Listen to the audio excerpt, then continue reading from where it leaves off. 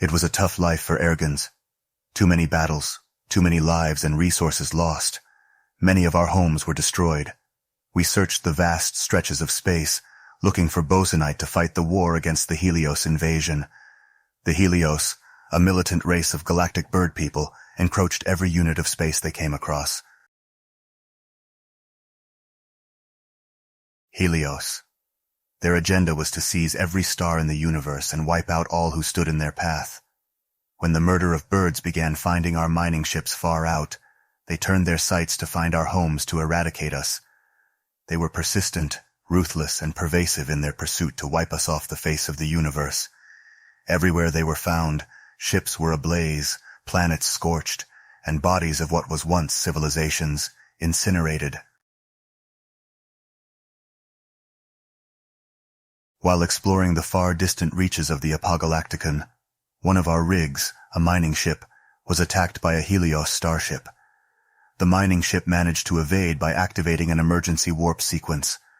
However, the navigation controls were damaged, causing it to jump to a galaxy much further away.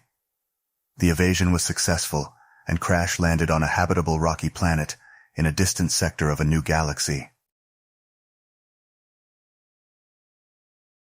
The survivors of the crash were stranded on a new alien environment. Most of their ship, along with the communications systems and tracking beacons, were destroyed. Rescue was seemingly impossible. As time went on, resources went dry and many died waiting to go home. Their odds and their hope had diminished with every passing day. The ones who were unlucky enough to survive used the last remaining energy of the broken ship to build a shelter for their people and encapsulate the remains of the flight deck inside. This was their new home. Atop the shelter, the last remaining transmitter from the ship was affixed to the tetrahedron, which was aligned to the stars. With only the residual bosonite energy left, they sent their last and final message for rescue. They waited and waited, but no one came. They were lost and too far to be found. The survivors went on to explore their new world and eke out a living in uncharted territory in hopes of finding bosonite to help them get back home. The passage of time was cruel, and so was their new world.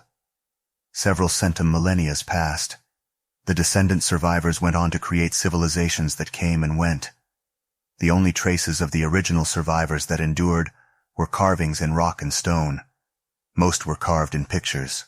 With time, stories and words lost their original meaning and sound. Words like Helios became Horus. Ancient stone carvings of gods, images from all over the planet had the same stories. Engravings and stories depicting images of powerful bird people, sun gods. Every civilization had them, and each surviving civilization thereafter detailed their version of the story to warn future descendants. The warning of the ongoing war, the galactic war with the Helios.